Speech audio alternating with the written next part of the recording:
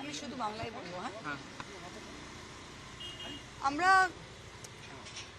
আমরা গতকাল পার্টির তরফ থেকে অভিষেক বন্দ্যোপাধ্যায় 20টি ইন্ডিভিজুয়াল দলত্যাগ বিরোধী আইনের ডিসকোয়ালিফিকেশন পিটিশন আমরা করেছি এবং সেটা প্রথমবার কোনোদিন ভারতবর্ষের গণতন্ত্রের ইতিহাসে কালেকটিভ ডিসকোয়ালিফিকেশন হয়েছে যে একসাথে 10 জন, একসাথে 12 জন।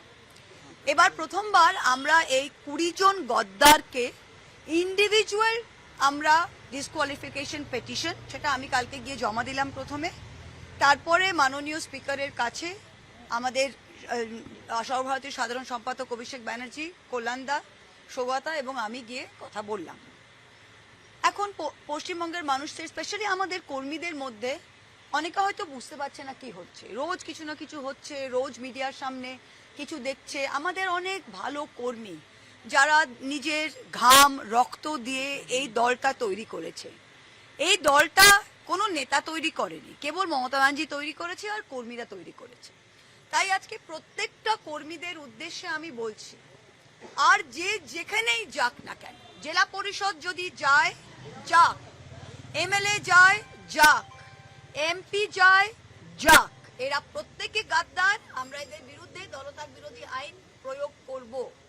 কিন্তু জিনিসটা খুব সোজা।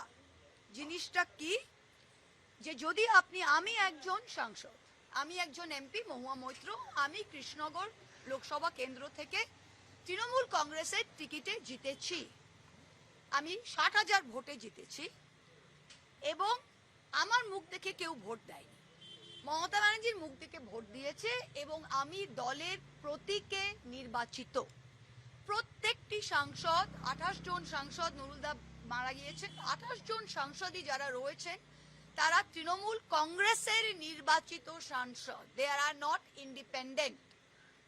আমাদের আসলে প্রবলেম কি, যে এটা দিদিমণিরও আমাদের আজকে বাধ্য হয়ে বলতে হচ্ছে যে আমরা যখন অনেক এমপি, সবার শিক্ষার মান তো এক হয় না, তো অনেকে নিজেরাই হয়তো কনস্টিটিউশন অফ ইন্ডিয়াটা কোনোদিন পড়েনি। 3টে জিনিস দেখতে হবে, এক হচ্ছে আইনত দিক থেকে দেখতে হবে, 2 হচ্ছে নৈতিক দিক থেকে দেখতে হবে, আর 3 হচ্ছে রাজনৈতিক দিক থেকে দেখতে হবে। প্রথমে আমি আইনত দিক থেকে দেখি। আইনে কিন্তু এটা একদম সাদা এবং কালো। আইনটা কি? আইনটা কনস্টিটিউশন অফ ইন্ডিয়া, দেশের সংবিধান, 10th শিডিউল। সবাই আপনারা এটাকে পরিষ্কারভাবে পড়তে পারেন। 10th শিডিউলে 2টো ধারা আছে। 2(1)A, 10th শিডিউলে 2(1)A তে কি লেখা আছে, যে কেউ যদি স্বেচ্ছায়, ভলেন্টারিলি তারা যদি নিজের মেম্বারশিপটা দিয়ে দেয় তবে সে ডিসকোয়ালিফাই হবে। 20টা সাংসদ কি করেছে? 20টা সাংসদ সই করে বলেছে যে আমরা তৃণমূল কংগ্রেসের সাথে নই, আমরা এখন national citizen party of India. বলেছে কি বলেনি? তার মানে ওরা স্বেচ্ছায় বলেছে, আমরা তো কাউকে বন্দুক দেখিয়ে বলেনি। তার মানে 10th শিডিউলে 2(1)A তে এরা ডিসকোয়ালিফাই হচ্ছে। সেকেন্ড কি, 10th শিডিউলের 4 নম্বর ধারায় কি লেখা আছে, যে মার্জার, ওরা বলছে আমরা মার্জার করছি। মার্জার মানে একত্রিত হওয়া।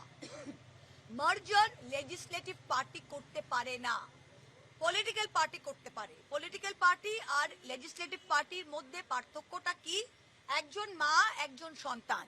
আমি প্রথমে তৃণমূল কংগ্রেসের মেম্বার হয়েছি, তবে আমি সাংসদ হয়েছি। আমি তৃণমূল কংগ্রেসের মেম্বার না হয়ে আমি তৃণমূল কংগ্রেসের সাংসদ নির্বাচিত হতে পারি না। তাই সিমিলারলি লেজিসলেটিভ পার্টি বা parliamentary party is a part of the political party. 10th শিডিউলে 4 নম্বর ধারায় পরিষ্কার লেখা আছে, মার্জার একমাত্র হতে পারে যখন 2/3 অফ অরিজিনাল পার্টি, মানে পলিটিক্যাল পার্টি, সেটা যদি মার্জ হয় তবে হতে পারে। এখানে 2/3 অফ অরিজিনাল পার্টি হলে সমস্ত political party, 2/3 of all committees, 2/3 of working committee, তবে সেটা কি হয়েছে? তাহলে ওদের কাছে 20 জন থাকুক, 25 জন থাকুক, আইনত ওদের 0। আজকে আমরা গলা ফাটিয়ে বলতে পারছি, এই হচ্ছে আমার পজিশন। একটা গদ্দারকে আমি চ্যালেঞ্জ করছি, ব্যক্তিগত আক্রমণে যাবেন না। অভিষেক কত খারাপ আর কে কি করেছে ওইসবে যাবেন না, আপনারা সোজা দাঁড়িয়ে মাটিতে দাঁড়িয়ে বলুন যে আইনত ভাবে আপনারা কোন ধারায় আপনারা বলতে পাচ্ছেন যে আপনারা অ্যান্টি ডিফেকশনে পড়বেন না। সেকেন্ড, নৈতিক দিক থেকে যদি আমরা দেখি, নৈতিক দিকে যদি দেখি তাহলে আপনারা বিজেপির লোকগুলো এখন আমাদের দিকে ডিম ছুড়ছে, পাবলিক ডিম ছুটছে না। ডিমের দাম 6 টাকা না 7 টাকা, পাবলিক নিজের বাচ্চাকে ডিমের সেদ্ধ খাওয়াতে পারছে না, মিড ডে মিলে দুপুরে সপ্তাহে 2 দিন ডিম দিচ্ছে, পাবলিকের কাজ নেই, খেয়ে দে তৃণমূল নেতাদের ফেলবে। আপনারা আপনাদের এলাকায় বেরোতে পারবেন? কারণ আপনারা ভোট নিয়েছেন তৃণমূল কংগ্রেসের নামে। এই 20টা সাংসদ যদি রাস্তায় হাঁটে উইদাউট দ্য তৃণমূল প্রতীক, এরা ভোট পেত? এরা ভোট পেত? আর 80টা এমএলএ মধ্যে এখন 60 জন না 65 জন বড় বড় কথা বলছে। 1 মাস আগে আপনারা এই দলের প্রতীকে দাঁড়িয়েছিলেন, এত বুকের পাটা ছিল, তাহলে আকরুর জামানের কংগ্রেস, সাবিনা ইয়াসমিনের কংগ্রেস, ঋতব্রতর কংগ্রেস, ববি হাকিমের কংগ্রেস, অরূপ বিশ্বাসের কংগ্রেসে দাঁড়াননি কেন? নৈতিক দিক থেকে আপনারা কোন দিকে দাঁড়িয়ে আছেন আজকে?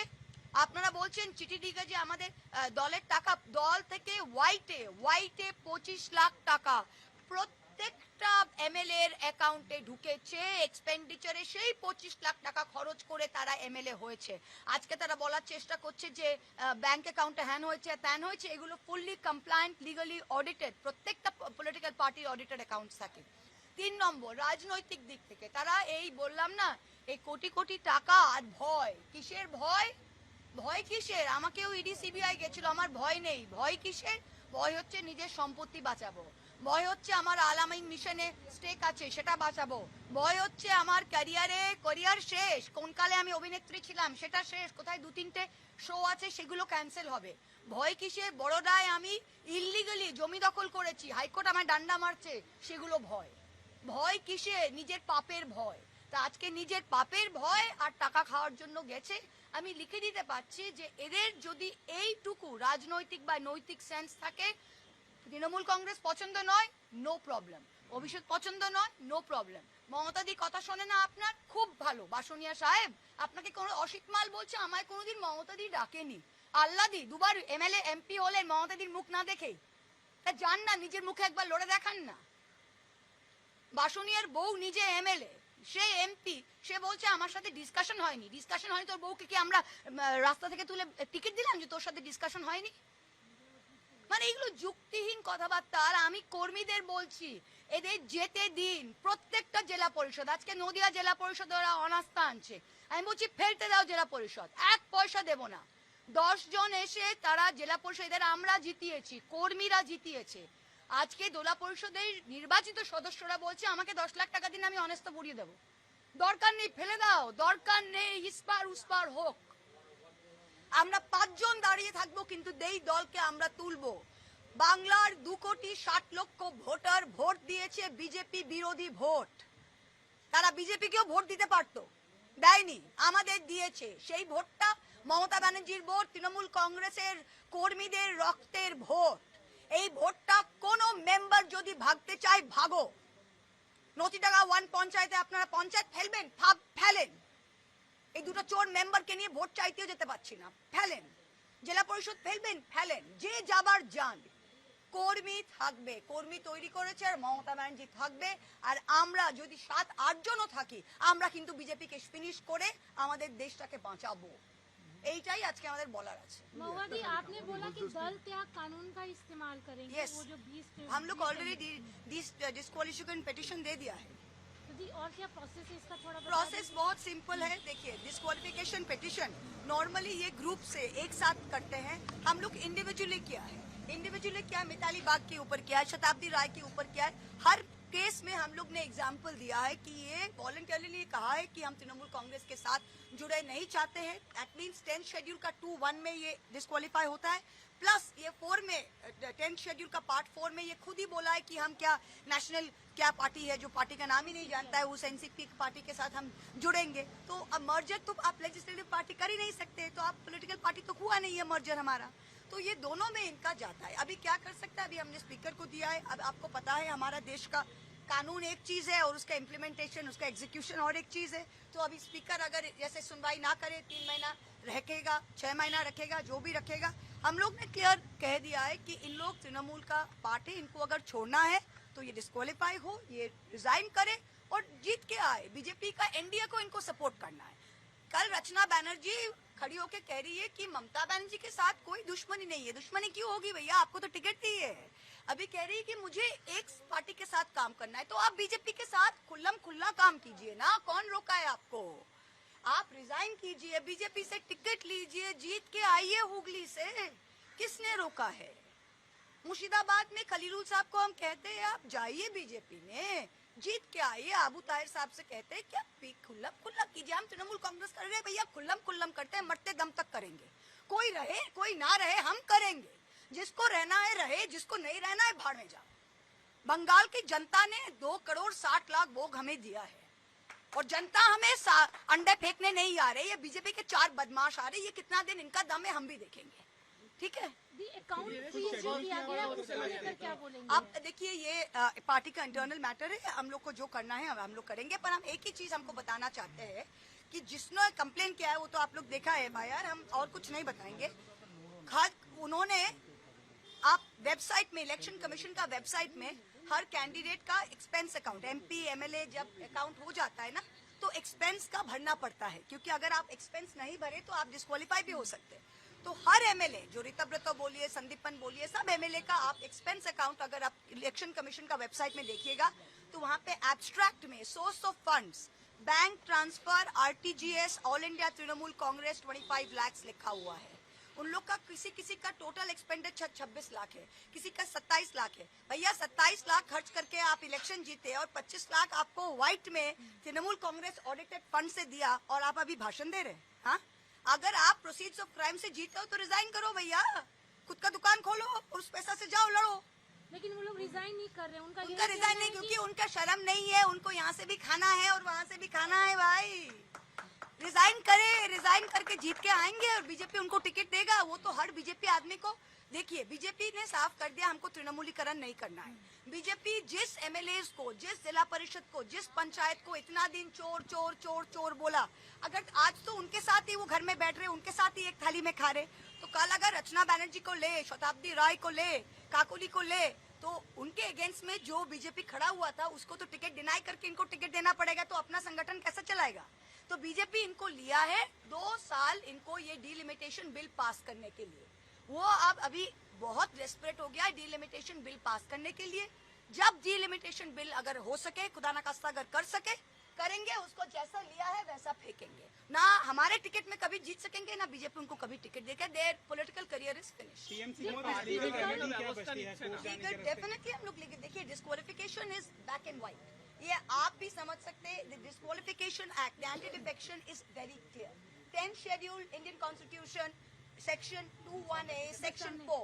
Plus, there is a very big Supreme Court judgment in the Shiv Sena case, Subhas Desai versus Principal Secretary Government of Maharashtra, which is a very recent case, जिसमें बहुत clearly बोला गया है कि political party और legislative party अलग है और legislative party without the political party कोई अलग ना कोई group हो सकता है ना हम अलग बैठेंगे। अलग भैया क्या भैया वेजिटेरियन नॉन वेजिटेरियन सेक्शन है क्या शादी बाड़ी में कि आज आप शनिवार है आप वेजिटेरियन, आप वहाँ वेजिटेरियन बैठ जाए?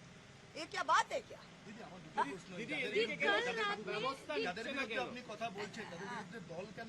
আমরা তো কালকে দেখুন এরা তো সবকিছু চুপি চুপি চুপি চুপি করছে। দল কখন ব্যবস্থা নেবে? এখন কেউ যদি কি হয়, ওরা গিয়ে আমি একটা বিজেপি প্রোগ্রামে গেছি, কে কেন গেছেন? না দিদি কি করব। আচ্ছা ভাই একটু চুপ করেন না, ডিস্টার্ব করছেন কেন? Please please please let me answer না, आप चुप कीजिए ना। আমাকে আপনি জিজ্ঞেস করলেন যে দল কেন ব্যবস্থা নিচ্ছে না। আচ্ছা একজন আজকে, এরা তো কিছু খুললাম খুললে তো চোর ডাকাতের দল, এরা তো খুললাম খুল্লা কিছু করছে না। আজকে গিয়ে এর সাথে ডিনার জবে যাচ্ছে, তার আগের দিন রাত্রি 12টায় আমি ফোন করলাম, হ্যাঁ আমি আছি, পরের দিন ফোন সুইচ অফ। তো এদের তো কোনো মানে ওপেনলি, আমরা যেরকম ছাতি ফাটিয়ে করছি ওরা তো ওপেনলি করছে না। আমরা আজকে গেছি, আমি যেরকম জিজ্ঞেস করলাম জেপি সাহেব আপনি এখানে গেছেন কেন? আরে কি করব, ভিডিও ডেকেছিল, চাপ দিয়েছিল, গেছিলাম। বুঝতে পারলে? তো এগুলোর বিরুদ্ধে তো আপনি পথ নিতে পারেন না। যখন ব্ল্যাক এন্ড হোয়াইট, যখন ওরা স্পিকারকে চিঠি লিখে ওপেনলি বললো যে আমরা 20 জন এনসিপিআই তে যোগ দিচ্ছি, তখন তার দুদিনের মধ্যে আমরা কিন্তু ডিসকোয়ালিফিকেশনটা মুভ করেছি। मैम कल एयरपोर्ट के बाहर जो हुआ है उसको लेकर हुआ है, आपने आरोप अभिषेक लगाया है कि ने मर्डर एक्सपोज करने की किया कोशिश की कि जा रही एक है। बंदा वहाँ पर था जिसने रिवॉल्वर आप लोग देखिए, हम तो इंटरनेट में देखे, ये तो आप देख ही रहे हैं, ये तो देख ही रहे हैं आप लोग कि रिवॉल्वर उसके पास था। और कोई एयरपोर्ट से आ रहा, आज हम एयरपोर्ट से आए, सोनू आप भी दिल्ली जाते आते आप सब एयरपोर्ट से आए। अच्छा, airport is a secure place, ये सोनो। How can anyone in the presence of CRPF enter the airport with any sort of arms and ammunition? Whose responsibility is it?